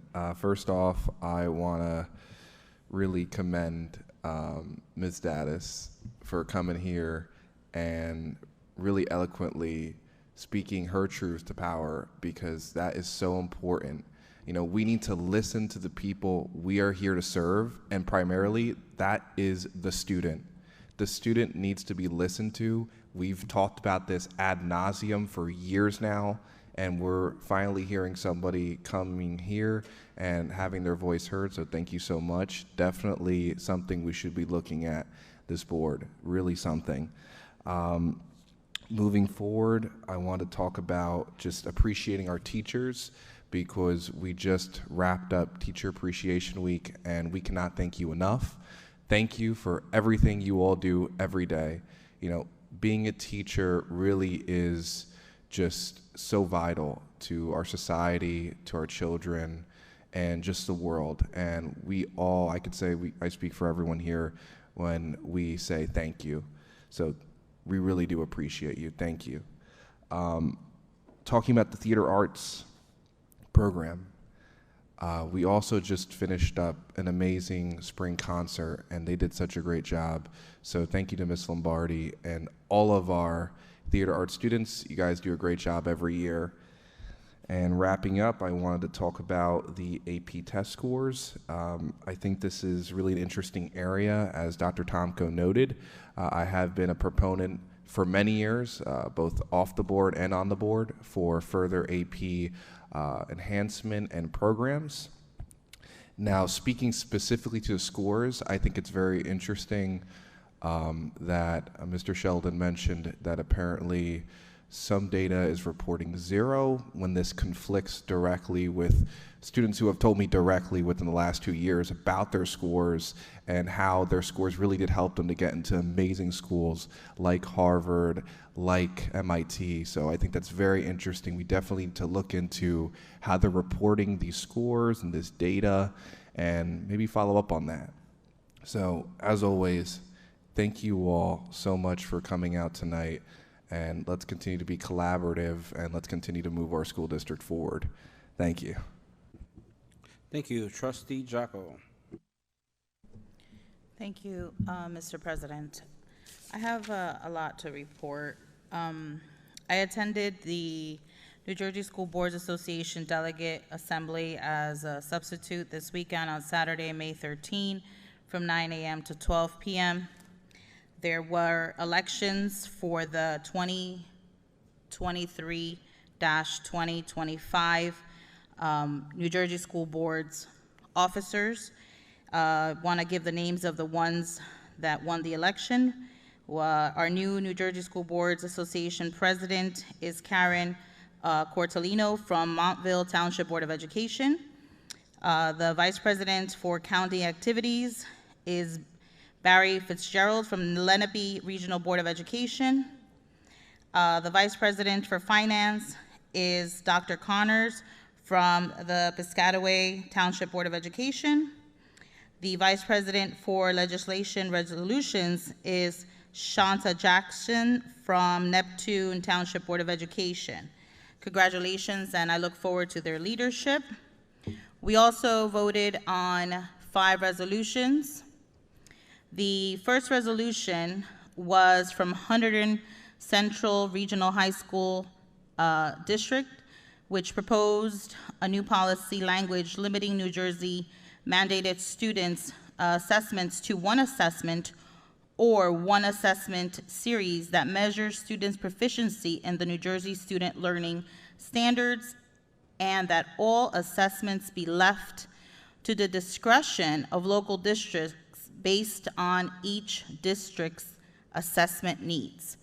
It passed with 83% of the votes, with the following recommendation: that the NJSBA believes that state-required assessments should be limited to one assessment series, and the NJGPA that measures student proficiency in the NJSLS, and that any additional testing should be left to the discretion of the local district based on individual district assessment needs.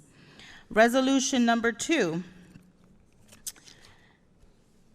I was not voted on, it was removed, but I wanted to read what the resolution was so we can have an idea of exactly what transpires. Resolution number 2 was from the Plainfield Board of Education. They seek to allow skilled professionals to obtain certification and be excused from demonstrating basic skills proficiency through alternative methods to traditional tests in CTE programs without English proficiency for applicants who are non-English speaking. It was removed and not voted on. Resolution number 3 passed with 73% of the votes. This one hit right to my heart and my soul. It was a resolution from the Plainfield Board of Education, which proposed additional policy language that would enhance and support student health services by including training for teaching staff and administrators in the provision of emergency support services, including cardiopulmonary resuscitation, first aid, automated external defibrillators, AED, the emergency administration of epinephrine, insulin, glucagon, and asthma treatments. The resolution also seeks to expand the scope of Janet's Law to after-school programs, and that the NJSBA encourage all New Jersey schools to provide regular refresher courses and ongoing training opportunities to ensure that staff and administrators maintain their proficiency in their critical health-related skills. That one passed with the following recommendation. The resolution of the subcommittee approved this resolution with the following substitute resolved language, which would create additional policy language. The NJSBA believes that New Jersey school boards of education should be explicitly granted the statutory authority to adopt policies in consultation with the school physician and school nurse that provide appropriate emergency health services training to staff and volunteers as befit anticipated emergency circumstances. The NJSBA believes that immunity from legal process be extended to any staff member or volunteer acting in compliance with said emergency administration policies. The NJSBA believes that the state should provide specific funding for such emergency training. As you all know, my sister passed away June 19, 2022 in Brick, New Jersey, where there was no AED machine, although Janet's Law has been in effect for over a decade.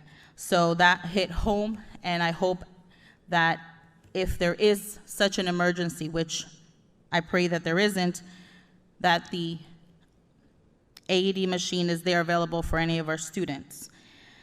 So that way that our students can definitely have every possibility of being safe. Resolution number 4 was from the Toms River Regional Board of Education, which proposed new policy language seeking the ability for boards of education that hold their elections in November to put a second question on the general election ballot that would apply for the next fiscal year, rather than the current year as required by law. That passed with 96% of the votes, and there was a recommendation. The NJSBA believes that there should be no requirement in Type 2 districts to submit to the voters the Department of Education approved annual school budgets. Board of Education should be able to maintain the option of requesting voter approval for additional locally financed spending categorized under state law as second questions. Local boards of education that hold their election in November should be permitted the flexibility to seek voter approval for second questions at the November election that would apply to the subsequent fiscal year. The last resolution was number 5. It was from Union County Vocational Tech Boards of Education. The resolution proposed a revision policy authorizing the NJSBA nominating committee specific authority to consider vocational technical board members the ability to be considered for participation on the nominating committee. It did not pass by 2/3 vote. That's one of my reports on the New Jersey School Boards Association Delegate Assembly meeting. I wanted to say that there is no operations report, no athletic report, and that June 19 is our next board meeting. I would like to request either the 14th or the 13th. We have an operations or athletic committee. Please let me know if that's good, and if not, let me know what other dates are available based on your schedules to those in the operations committee or those in the athletic committee. So that way we can do our monthly committee meetings. I wanted to say, Mr. Webb, thank you for your innovation and for bringing that to our students and showing us a wonderful presentation. Dr. D'Elia, Ms. Kuko, thank you for the RTI presentation, and congratulations to all the teachers for their hard work and dedication to our students. I attended the Mr. and Mrs. Belleville pageant. I want to say congratulations to everyone that made that event possible, and congratulations to everyone that participated. It was a wonderful event. I also attended the 2023 Spring Choral Concert directed by Ms. Lombardi. It was wonderful to see that our talented students were wonderful. It was wonderful. Congratulations to everyone that made that event possible also. I wanted to remind our BA, our board trustees, that our NJSBA annual workshop is in October 2023, and there is an early bird registration fee, which saves us some money. I love seeing today our community present speaking.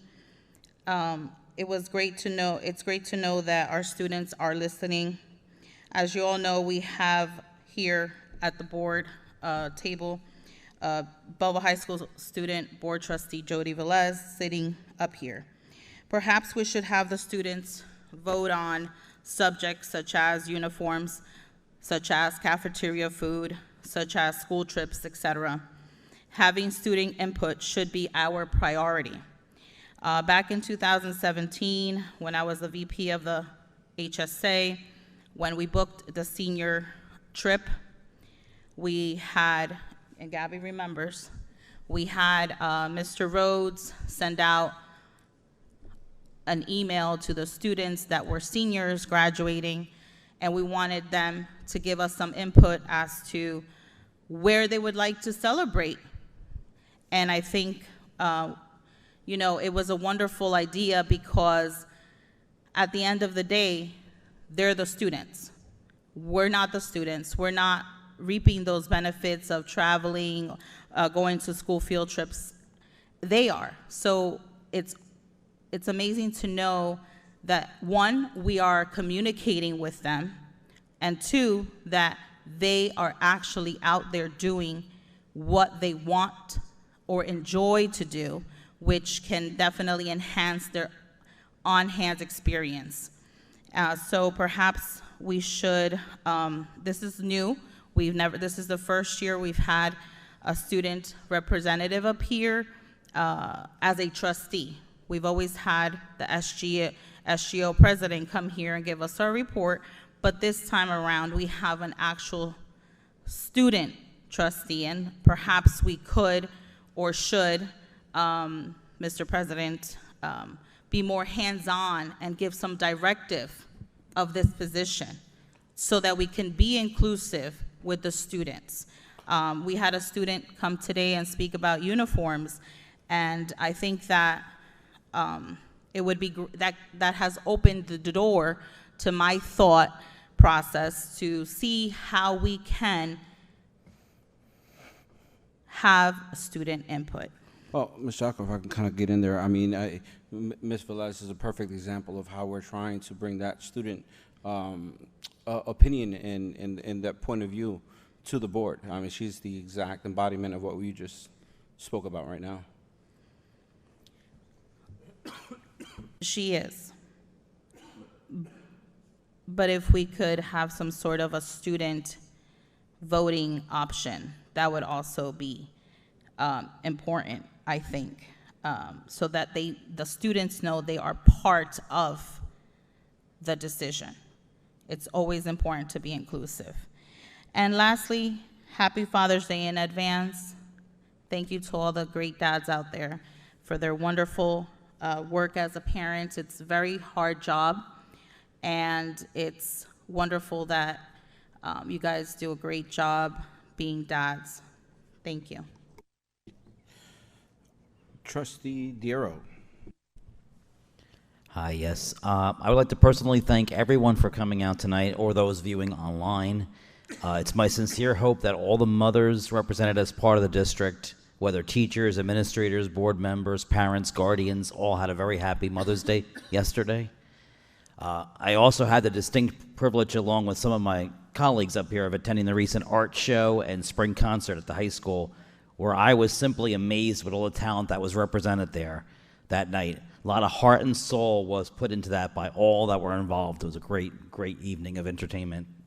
I also look forward with pride to participate in both the upcoming middle school and high school graduations from the opposite side of being an audience member to now being a representative on the on this board for the first time this year. So I'm looking forward to that.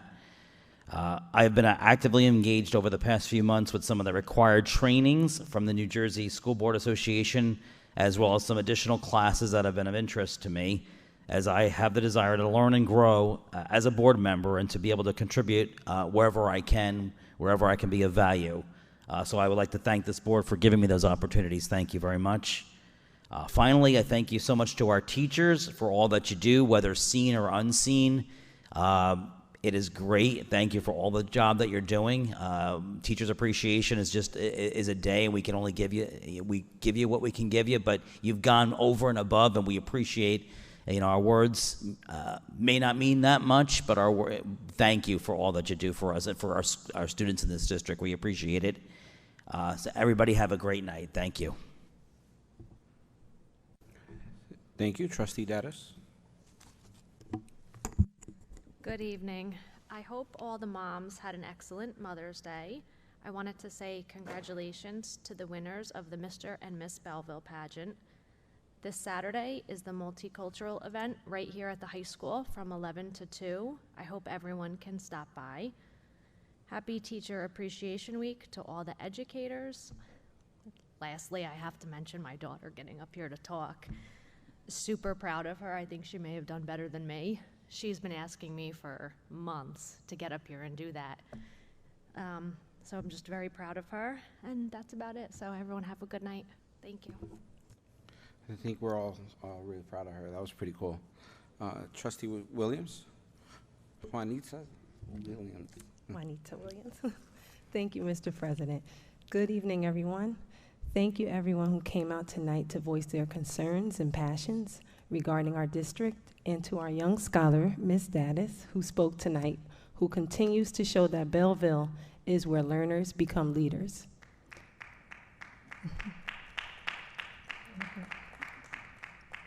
Next, I'd like to say Happy Mother's Day to all of the mothers and those who play the role of a mother in someone's life. Congratulations to Mr. and Miss Belleville. Job well done. Continue excelling in all areas of school. Thank you to Ms. Lombardi and Mr. Webb for your contributions to our music department and to our response to intervention team, who all work diligently to help our students. As an interventionist and musician myself, I deeply respect the great work you all do, and I commend you. Lastly, I'd like to thank all of our educators in honor of Teacher Appreciation Month. Your work should not only be celebrated during this month, but every day as you continue to show up and be the champions you are for our students. Thank you and have a good evening. Thank you, Ms. Jody Velez. Good evening, everyone. I would like to recognize Asian American and Pacific Islander Heritage Month, which recognizes the contributions and influence of Asian Americans and Pacific Islander Americans to the history and culture and achievements in the United States. By 1992, May was officially designated as Asian Pacific American Heritage Month, as this month was chosen because it commemorates the migration of the first immigrants from Japan to the United States on May 7, 1843. On May 11, 2023, it marked the end of the federal COVID-19 PHE declaration. After this date, the CDC's authorization to collect certain types of public health data will expire. However, I am proud of everyone in our district for what we did during this difficult time. We might have lost some loved ones, changes were made to our education, and our lives were altered.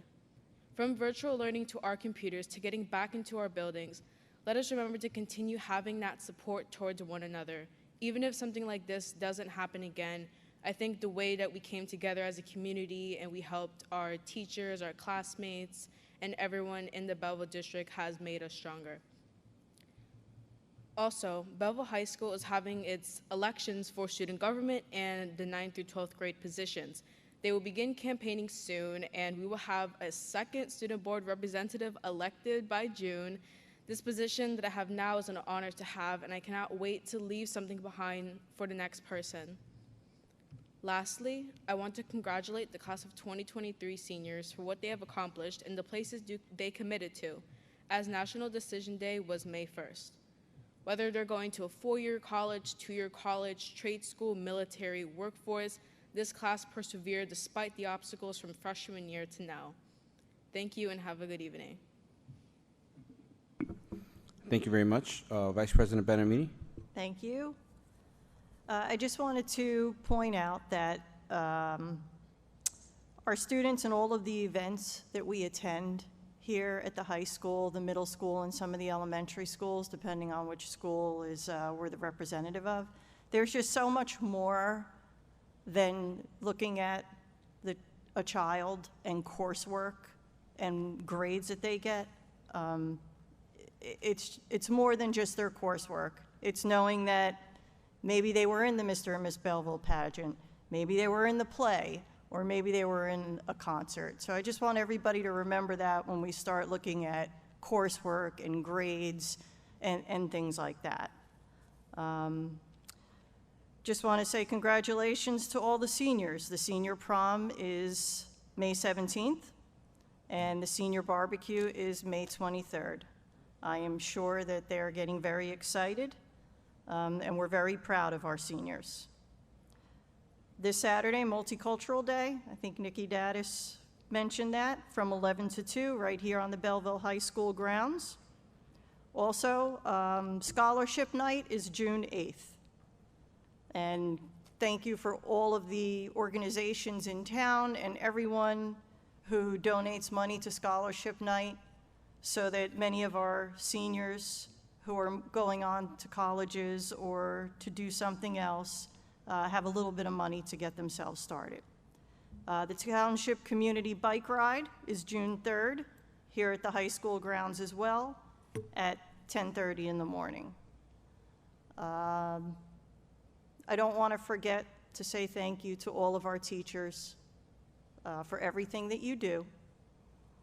I hope you had a nice Teacher Appreciation Week, and I want everyone to know that, you know, our teachers, they make sure that every child is supported in their environment.